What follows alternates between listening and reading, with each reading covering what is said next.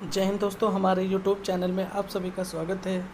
आज हम chapter number 6 start कर रहे हैं, जिस चैप्टर का नाम है पृथ्वी के प्रमुख स्थल रूप। पृथ्वी के प्रमुख स्थल रूप, आइए समझते हैं पृथ्वी के प्रमुख स्थल रूप क्या होते हैं।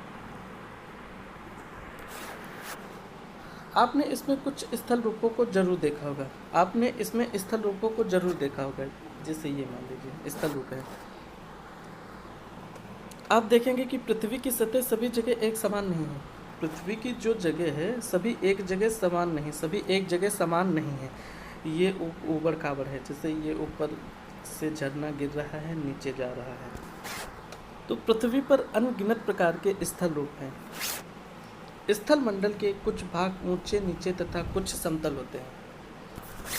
स्थल मंडल है जो पृथ्वी पर कुछ भाग ऊंचे हैं और कुछ भाग नीचे हैं। जैसे ये मान लीजिए ऊंचा भाग है और ये मान लीजिए नीचा भाग है।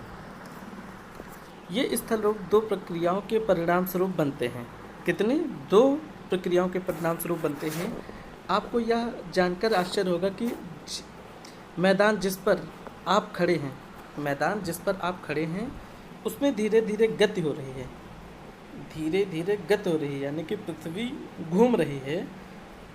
हमने पहले चैप्टर में बताया था पृथ्वी घूमती रहती है, सेकेंड चैप्टर में बताया था पृथ्वी घूमती रहती है। 365 दिन में 365 दिन में पृथ्वी एक पूरा सूर्य का चक्कर लगाती है। पृथ्वी के अंदर लगातार गति हो रही है। प्रथम तथा आंतरिक प्रक्रिया के कारण बहुत से स्थानों पर पृथ्वी की सतह कहीं ऊपर उठी जाती है और कहीं नीचे धंस जाती है। ये सब रोटेशन के कारण होता है। पृथ्वी के अंदर लगातार गति हो रही है। प्रथम तथा आंतरिक प्रक्रिया के कारण बहुत से स्थानों पर पृथ्वी की सतह कहीं ऊपर उठी है और कहीं नीचे उठी हुई है।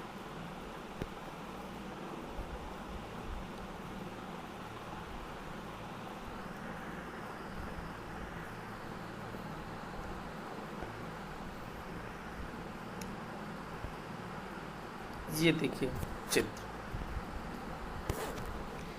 ये झील हो गई, ये पठार हो गया, ये पर्वत हो गए, ये भी पर्वत हो गए, ये भी पर्वत हो गए, ये घाटी हो गई, ये पहाड़ी हो गई, ये सारा मैदान हो गया।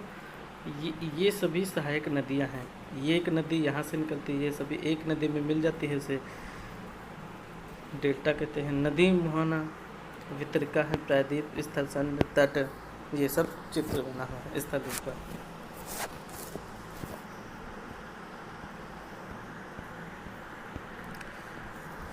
दूसरी यह ब्राहा प्रक्रिया है। पहली प्रक्रिया कौन सी थी? पहली प्रक्रिया मान लीजिए, पहली प्रक्रिया या बहुत से स्थानों पर पृथ्वी की सतह कहीं ऊपर उठी है, कहीं नीचे धसी हुई होती है। ये प्रथम प्रक्रिया हो गई। दूसरी प्रक्रिया हो गई कि ब्राहा प्रक्रिया जिसे कहते हैं। स्थल के लगातार बनने एवं टूटने की प्रक्रिया होती है। दूसरी यह प्रक्रिया हो गई स्थल के लगातार बनने और टूटने की प्रक्रिया होती है। पृथ्वी की सतह के टूटकर घिस जाने को अपर्दन कहते हैं। अपर्दन किसे कहते हैं? अपर्दन उसे कहते हैं पृथ्वी के सतह के टूटकर घिस जाने को अपर्दन कहते हैं। ये मान लीजिए पृथ्वी का सतह है, तो यहाँ विखंडित हो गया। विखंडित होने के बाद घिस जाए और यहाँ से टूटकर यहाँ आ गए, तो ये फिर बाद में घिस जाता है, तो उसे अपर्दन कहते हैं। यानी कि पृथ्वी की सतह के टूटकर घिस जाने को अपर्दन कहते हैं। अपर्दन की क्रिया के द्वारा सतह नीचे हो जाती है। अपर्दन जो की क्रिया है वो सतह नीचे हो जाती है तथा निक्षेपण की प्रक्रिया के द्वारा इनका फिर से निर्माण होता है, और निक्षेपण की प्रक्रिया के द्वारा इनका निर्माण होता है। ये दो प्रक्रियाएं बहुत बहते हुए जल, वायु तथा बर्फ के द्वारा होती है। ये जो प्रक्रियाएं हैं ये सिर्फ बहते हुए जल, वायु तथा बर्फ के द्वारा होती है। हम विभिन्न स्थल रूप को उनकी ऊंचाई एवं ढाल के आधार पर पर्वतों, पठार एवं मैदानों में वर्गीकृत कर सकते हैं। हम विभिन्न स्थल रूपों को उनकी ऊंचाई एवं ढलान के आधार पर पर्वत, पठार, मैदान में वर्गीकृत कर सकते हैं। पहली प्रक्रिया क्या हो गई? पृथ्वी के ऊपर की प्रक्रिया, पृथ्वी के एक मिनट। हाँ, पहली प्रक्रिया यह हो गई। पहली प्रक्रिया को आंतरिक प्रक्रिया, दूसरी प्रक्रिया को बाह्य प्रक्रिया। आंतरिक प्रक्रिया यह हो गई है, पृथ्वी के अंदर कुछ उठे हुए भाग और कुछ धसे हुए भाग को पहली प्रक्रिया बोलते हैं, और दूसरी प्रक्रिया हो गई बाह्य प्रक्रिया। स्थल के लगातार बनने एवं टूटने की प्रक्रिया है, यानी कि पृथ्वी के क्या हो गई? स्थल के लगातार बनने एवं टूटने की प्रक्रिया होती है, ये बाह्य प्रक्रिया हो गई। पृथ्वी की सतह के टूटकर घिस जाने को अपर्दन कहते हैं। पृथ्वी के टूटकर घिस जाने को अपर्दन कहते हैं। क्या कहते हैं? अपर्दन कहते हैं। अपर्दन की क्रिया के द्वारा सतह नीचे हो जाती है, और अपर्दन की क्रिया के द्वारा सतह नीचे हो जाती है तथा निक्षेपण की प्रक्रिया के द्वारा इनका फिर से निर्माण होता है। फिर निक्षेपण के द्वारा इनका निर्माण होता है। यानी कि इसमें यह कह रहा है कि आंतरिक जो प्रक्रिया हो गई, पृथ्वी के अंदर कुछ उठे हुए भाग, कुछ धसे हुए भाग, जैसे ये ये मान लीजिए, ये उठा हुआ, हाँ, ये उठा हुआ भाग हो गया, ये धसा हुआ भाग हो गया। तो इसी प्रक्रिया को आंतरिक प्रक्रिया कहते हैं। और बाह्य प्रक्रिया हो गई स्थल के लगातार बनने एवं टूटने। ये जो हो गया स्थल, ये मान लीजिए स्थल हो गया, तो ये स्थल, यहाँ पर कुछ भाग टूटता है और बिखरता है, तो लगातार बनने एवं टूट, ये मान लीजिए सतह है। तो पृथ्वी की सतह के टूटकर घिस जाने को यहाँ और यहाँ से मान लीजिए टूट जाता है, तो टूटता है और फिर बाद में घिस जाता है, उसे हम अपर्दन कहते हैं। यानी कि पृथ्वी की सतह के टूटकर घिस जाने को अपर्दन कहते हैं। फिर आता है पर्वत। पर्वत पृथ्वी की सतह की प्राकृतिक ऊंचाई है। पृथ्वी की सतह की प्राकृतिक ऊंचाई है। पर्वत का शिखर छोटा तथा आधार चौड़ा होता है। ये मान लीजिए पर्वत हो गया, ये मान लीजिए पर्वत हो गया। तो पर्वत का जो शिखर होता है ये सबसे छोटा होता है, ये शिखर हो गया, और ये बेस हो गया, आधार। पर्वत का शिखर छोटा होता है और आधार चौड़ा होता है। यह आसपास के क्षेत्र में बहुत ऊंचा होता है, और आसपास के क्षेत्रों में बहुत ऊंचा होता है। कुछ पहाड़ बादलों से भी ऊंचे होते हैं। जैसे आप ऊंचाई पर जाएंगे, जलवायु ठंडी होती जाती है। जैसे जैसे आप ऊंचाई पर जाएंगे और जलवायु ठंडी हो जाती है। कुछ पर्वतों पर हमेशा जमी रहने वाली बर्फ़ की नदियाँ होती हैं, उन्हें हिमानी कहते हैं। हिमानी किसे कहते हैं? कुछ पर्वतों पर, यहाँ पर बहुत सारे पर्वत, कुछ पर्वतों पर हमेशा जमी रहने वाली बर्फ़ की नदियाँ होती हैं, उन्हें हम हिमानी कहते हैं। उन्हें हम हिमानी कहते हैं। फिर से देख लीजिए, कुछ पर्वतों पर हमेशा जमी रहने वाली बर्फ़ की नदियाँ आती हैं, उन्हें हम हिमालय कहते हैं। यहाँ कुछ ऐसे भी पर्वत हैं जो समुद्र के भीतर हैं, और कुछ ऐसे पर्वत हैं जो समुद्र के भीतर हैं तथा जिन्हें आप नहीं देख सकते। कठोर जलवायु होने के कारण पर्वतीय क्षेत्रों में बहुत कम लोग निवास करते हैं। कठोर जलवायु होने के कारण बहुत कम लोग निवास करते हैं। वहाँ का धरातल खड़ी ढाल वाला होता है। कठोर जलवायु के कारण पर्वतीय क्षेत्रों में बहुत कम लोग निवास करते हैं, और वहाँ का धरातल खड़ी ढाल वाला होता है। ये देखिए, ये देख लीजिए, तो यहाँ पर धरातल खड़ी ढाल वाला होता है तथा कृषि योग्य भूमि की कमी होती है और कृषि योग्य की भूमि की कमी होती है। पर्वत एक रेखा के क्रम में भी व्यवस्थित हो सकते हैं जिसे श्रृंखला कहते हैं।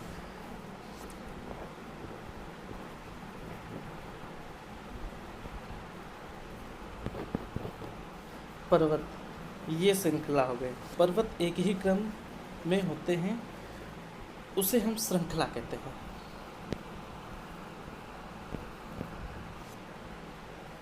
बहुत से पर्वतीय तंत्र समानांतर श्रृंखलाओं के क्रम में होते हैं।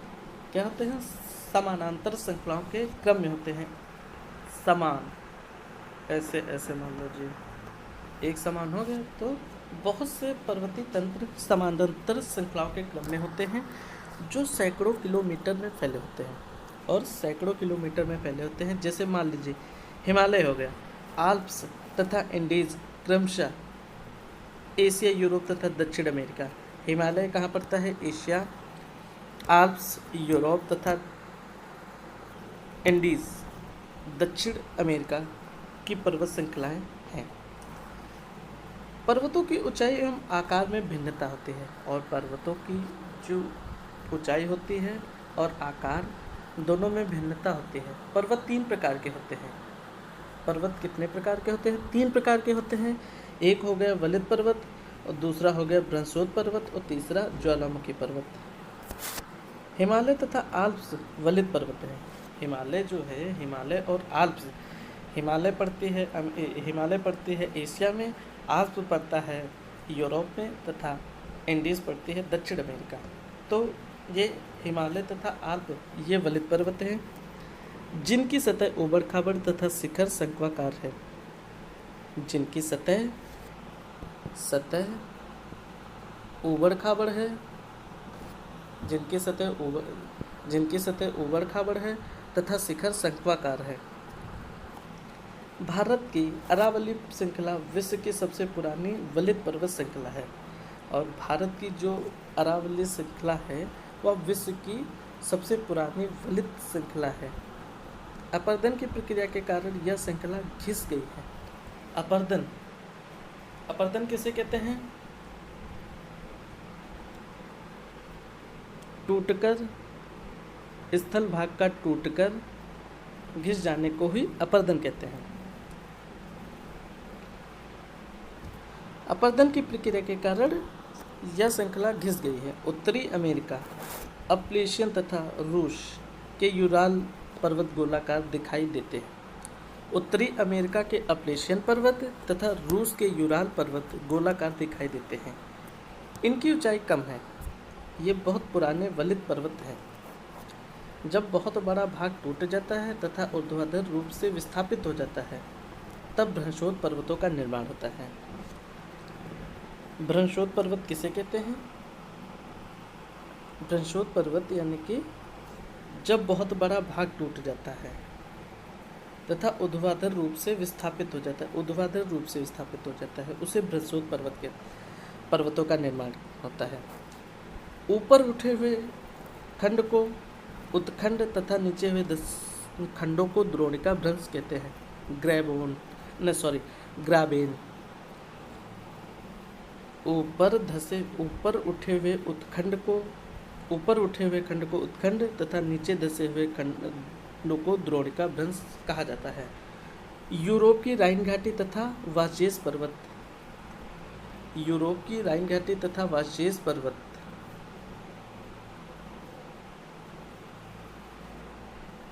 इस तरह के पर्वत तंत्र के उदाहरण है। किस तरह? इस तरह पर्वत तंत्र के उदाहरण है। ये उत्खंड हो गया, उत्खंड प्लस ये द्रोणिका हो गया, यानी कि ऊपर उठे हुए भाग को उत्खंड तथा नीचे धसे हुए खंड को द्रोणिका भ्रंश अथवा ग्राबेन कहते हैं। उत्खंड को इंग्लिश में हास्ट कहते हैं। एटलस में दिए गए विश्व मानचित्र में उनकी स्थिति को देखिए तथा इस प्रकार की भू आकृतियों के कुछ और उदाहरणों का पता लगाइए। तो ये हो गया बृहस्पति पर्वत। अब तीसरा पर्वत है ज्वालामुखी पर्वत।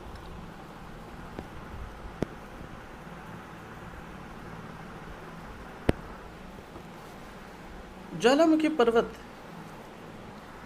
ज्वालामुखी क्रियाओं के कारण बनते हैं। ज्वालामुखी जो पर्वत है तो वो ज्वालामुखी क्रियाओं के कारण बनते हैं। अफ्रीका का माउंट किलिमंजारो तथा जापान का फ्यूजियामा इस तरह के पर्वतों के उदाहरण हैं। क्या? अफ्रीका का किलिमंजारो पर्वत ज्वालामुखी पर्वत तथा जापान का फ्यूजियामा इस तरह के ज्वालामुखी पर्वत हैं। पर्वत बहुत लाभदायक होते हैं। पर्वत जल के संग्रहगार होते हैं। पर्वत बहुत लाभदायक होते हैं। जल के संग्रहगार होते हैं। जल के संग्रहगार होते हैं। बहुत सी नदियों का स्रोत पर्वतों में स्थित हिमालयों में होता है। पर्वतों में स्थित हिमालयों में होता है।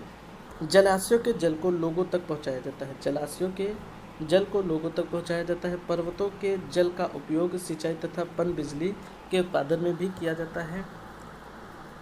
जो पर्वत हैं तो उनका जो जल रिसाव होता है, जल होता है, तो सिंचाई भी होती है, पन बिजली भी होती है, ये सब पर इस्तेमाल किया जाता है। नदी घाटियाँ तथा वेदिकाएं कृषि के लिए उपयुक्त होती है। नदी घाटियाँ तथा वेदिकाएं कृषि के लिए बहुत उपयुक्त होती है। पर्वतों में अलग अलग प्रकार की वनस्पतियाँ तथा जीव जंतु पाए जाते हैं। और पर्वतों में भी अलग अलग प्रकार के पेड़ पौधे पाए जाते हैं। वनस्पतियाँ, जीव जंतु ये सब पाए जाते हैं। वनों से हमें ईंधन, चारा, आश्रय तथा दूसरे उत्पाद जैसे गोंद, रेजिन इत्यादि प्राप्त होती है।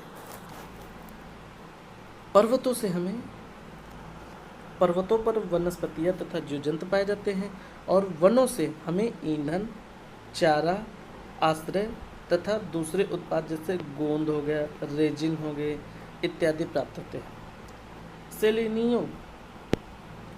सैलानियों के लिए पर्वतीय भाग उपयुक्त स्थान है। ये पर्वतों की यात्रा उनकी प्राकृतिक सुंदरता को देखने के लिए करते हैं। विभिन्न प्रकार के खेल जैसे paragliding, hang gliding, river rafting तथा स्काइंग पर्वतों के प्रचलित खेल हैं। ये सब पर्वतों पर होते हैं। कौन कौन सा खेल हो गया? Paragliding, hang gliding, river rafting तथा स्काइंग पर्वतों के प्रचलित है। क्या आप हिमालय में स्थित कुछ ऐसे स्थानों के नाम बता सकते हैं जो जहाँ खेले जाते हैं?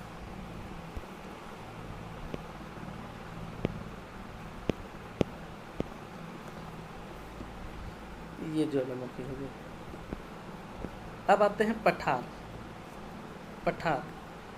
पठार उठी हुई एवं सपाट भूमि होती है। पठार की जो होती है उठी हुई और सपाट भूमि होती है। यह आसपास के क्षेत्रों से अधिक उठा हुआ होता है। नॉर्मल जगह से या कुछ उठा हुआ होता है, उसे हम पठार कहते हैं। तथा इसकी ऊपरी भाग मेज के समान सपाट होती है। किसी पठार के एक या एक से अधिक किनारे होते हैं जिनके ढाल खड़े होते हैं। पठार की ऊंचाई प्रायः कुछ 100 मीटर से लेकर कई हजार मीटर तक हो सकती है। और जो कुछ पठार है कई 100 मीटर से भी और कई हजार मीटर तक हो सकती है। पर्वतों की तरह पठार भी नए या पुराने हो सकते हैं। भारत में दक्कन पठार पुराने पठारों में से एक है। जो भारत का दक्कन पठार है तो वो पुराने पठारों में से एक है।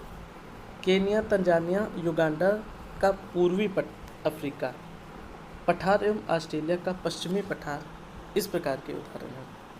केनिया, तंजानिया, युगांडा और पूर्वी में अफ्रीकी पठार एवं ऑस्ट्रेलिया का पश्चिमी पठार, पूर्वी अफ्रीकी और ऑस्ट्रेलिया का पश्चिमी पठार के उदाहरण मान सकते हैं। तिब्बत का पठार विश्व का सबसे ऊंचा पठार है। तिब्बत का जो पठार है विश्व का सबसे ऊंचा पठार है, जिनकी ऊंचाई मध्य समुद्र तल से 4000 से 6000 मीटर तक है। 4000 से 6000 मीटर है। पठार बहुत उपयोगी होते हैं क्योंकि उनमें खनिजों की प्रचुरता होती है। यही कारण है कि विश्व के बहुत से खनन क्षेत्र पठारी भागों में स्थित है। अफ्रीका का पठार सोना एवं हीरा खनन के लिए प्रसिद्ध है। अफ्रीका को जो पठार है सोना और हीरा के लिए प्रसिद्ध है। भारत में छोटा नागपुर के पठार में लोहा, कोयला तथा मैंगनीज के बहुत बड़े भंडार पाए जाते हैं। भारत में छोटा नागपुर के पठार लोहा, कोयला और मैग्नीज। क्या लोहा, कोयला और मैग्नीज यहाँ पर पाए जाते हैं।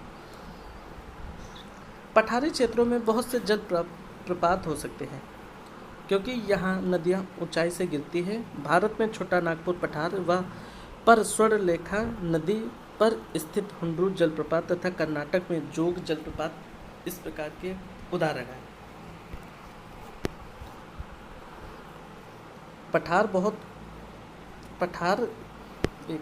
पठार क्षेत्रों में बहुत से जलप्रपात हो सकते हैं।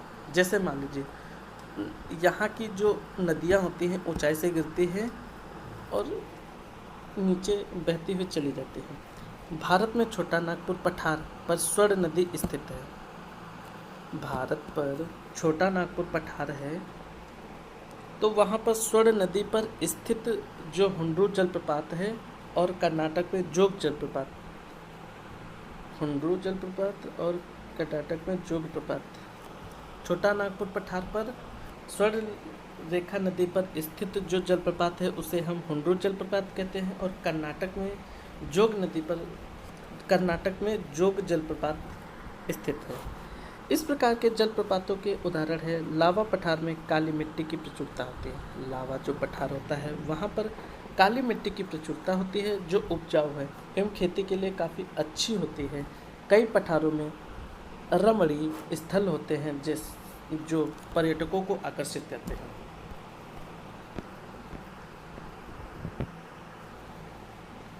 आता है मैदान समतल भूमि के बहुत बड़े भाग होते हैं। मैदान है जो समतल भूमि के बहुत बड़े भाग होते हैं।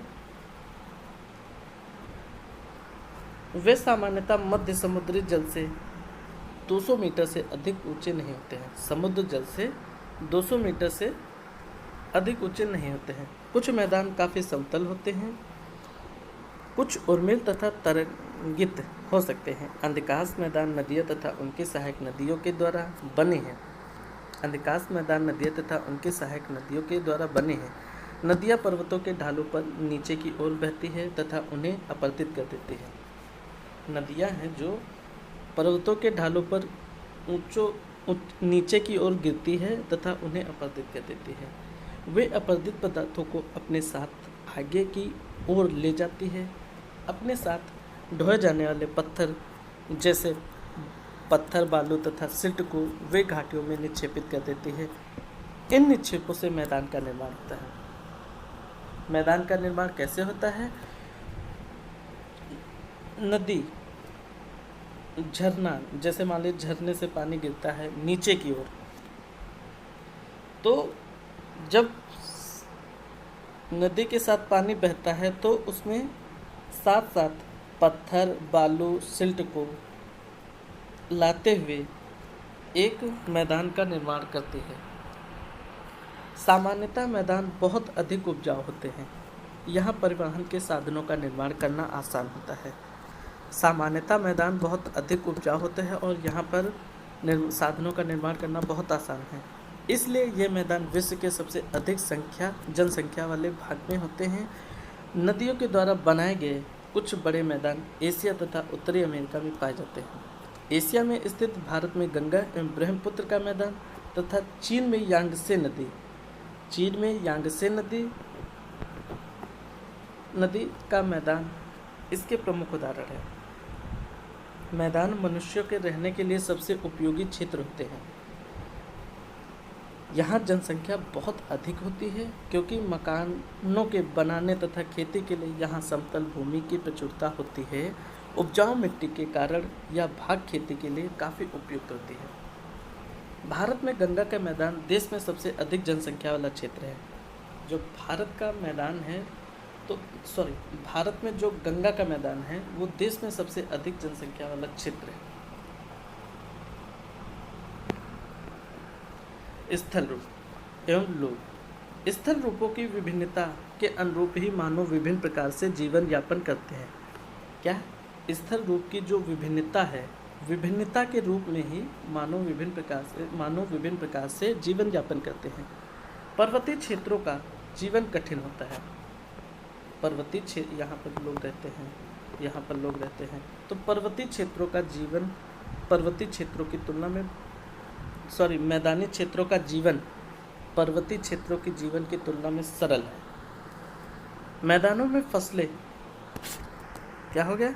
मैदानों में फसलें उगाना, घर बनाना या सड़क बनाना पर्वतीय क्षेत्रों की तुलना में अधिक आसान है। विभिन्न प्रकार के स्थल रूपों पर रहने वाले लोगों के रहन सहन के तरीकों में कुछ अंतर होता है। क्या आप उनमें से कुछ अंतरों को बता सकते हैं? कभी कभी प्राकृतिक आपदाएं जैसे भूकंप हो गया, ज्वालामुखी हो गया, तूफान हो गया, बाढ़ हो गया, ये बहुत से विनाश कर देते हैं। इन आकस्मिक घटनाओं के बारे में जागरूकता पैदा करके हमें इनमें आने वाले खतरों को कम कर सकते हैं। हम कितने तरीकों से जल एवं स्थल को उपयोग में ला सकते हैं, इसका पता हम आसपास के क्षेत्रों से लगा सकते हैं। हम जल का उपयोग सिंचाई के रूप में कर सकते हैं, ये सब क्षेत्र बता सकता है। हम स्थल का उपयोग गलत तरीके से करते हैं, जैसे उपजाऊ भूमि पर मकान का निर्माण करना। क्या हो गया? हम कभी कभी स्थल का उपयोग गलत तरीके से करते हैं। जहाँ पर उपजाऊ होता है वहाँ पर हम मकानों का निर्माण करते हैं। इसी प्रकार हम लोग कूड़ा किसी भी भूमि पर या पानी में फेंक देते हैं, जो उन्हें गंदा कर देते हैं। हमें प्रकृति के इस महत्वपूर्ण वरदान का उपयोग इस प्रकार नहीं करना चाहिए। उपलब्ध भूमि केवल हमारे ही उपयोगी के लिए नहीं है। यहाँ हमारा कर्तव्य है कि हम आगे आने वाले पीढ़ियों के लिए पृथ्वी को सुरक्षित रखें।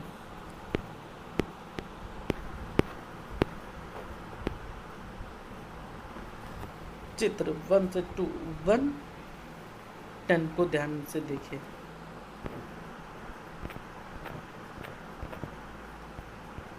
ये चित्र 1 हो गया और ये 10 हो गया। ध्यान से देखिए, प्रत्येक के लिए एक वाक्य है। हाँ, अब क्वेश्चन आंसर। प्रमुख स्थल रूप कौन कौन से होते हैं?